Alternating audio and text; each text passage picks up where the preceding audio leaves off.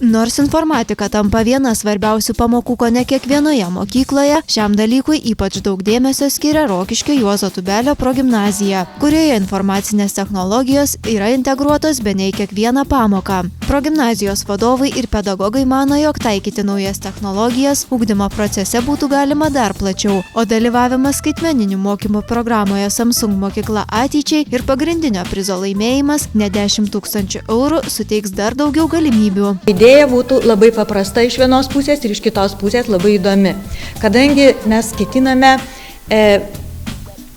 taikyti, diegti mūsų mokykloje programavimą nuo 1 klasės. Tai ugdytų mokinių loginį mąstymą ir kūrybiškumą. Mes dabar nežinom, kokią ateities profesiją vaikai galėtų pasirinkti, galbūt ir profesijos ateityje pasikeis. Todėl visų pirma, vaikai turi būti pasiruošę logiškai mąstyti, pasiruošę kūrybiškai taikyti viską ir pasiruošę būti konkurencingi ateities darbo rinkoje. Mūsų mokytojai ir darbuotojai, ir mokiniai, ir tėvai tikrai palaiko mūsų inovacijas, idėjas, kurias norime gyvendinti savo ugdymo procese. Turime įsidiegę ir pradedam diegti mokyklos skaitmeninių pokyčių projektą ir dabar mes jį integruojam į mokyklos strategiją naują ir norime vaikus mokyti programavimo elementų nuo 1 klasės. Turime įsigiję daug įvairių mokymo priemonių. Aš kaip vadovas labai esu dėkingas savo mokytojams, kad jie sugebėjo pateikti tokią idėją, kuri būtų naudinga pačiam vaiko mokymui, jo kūrybiškumo ugdymui, lavinimui, nes būtent aukštesniai kognityviniai gebėjimai atsiranda komunikuojant vaikui su vaiku.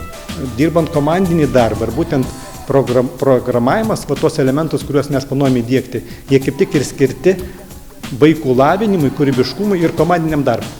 Pasak informacinių technologijų mokytojos Vilmos Krasauskaitės, technologijos kūrybiško programavimo pagrindų leidžia išmokti dar pradinėse klasėse, kuomet vaikas nemoka skaityti ir rašyti. Programos pateikiamos iliustracijų forma, todėl tai gali būti pritaikyta įvairiose pamokose. Mes ketiname vaikams skirti įvairiausius lavinamuosius programavimo projektukus su priemonėmis, kurios jau yra atrastos ir plinta šiuo metu labai pakankamai plačiai internete.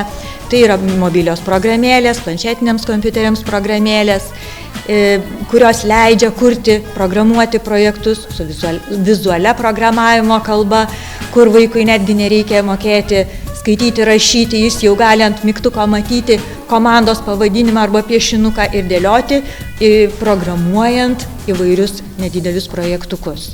Pedagogė Vilma Krasauskaitė tikina, jog dalį inovacijų Juozo Tubelio progimnazijoje jau pavyko įgyvendinti, nes geranoriškai prisidėjo moksleivių tėvai ir rėmėjai. Tačiau netrūksta ir kitų idėjų, kurios pamokų kokybę galėtų pagerinti dar labiau. Mes jau esam truputėlį pradėję diegti mokykloje įvairius naujus dalykus, kurie ateina į mūsų gyvenimus. Tai ir robotukai.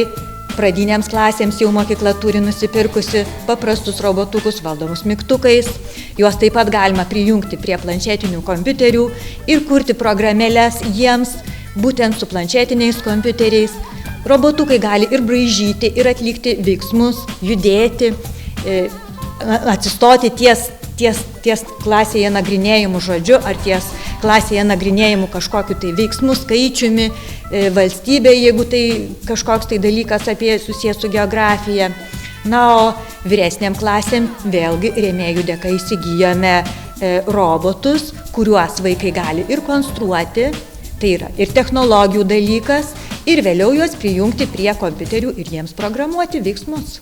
Vienas artimiausių ir mokinių labai laukiamų inovatyvių projektų Juozo Tubelio progimnazijoje pilnai funkcionuojanti robotikos klasė, kurią planuojama atidaryti jau balandį. Samsung konkurse pristatytas idėjas pedagogai planuoja įgyvendinti per 3 metus.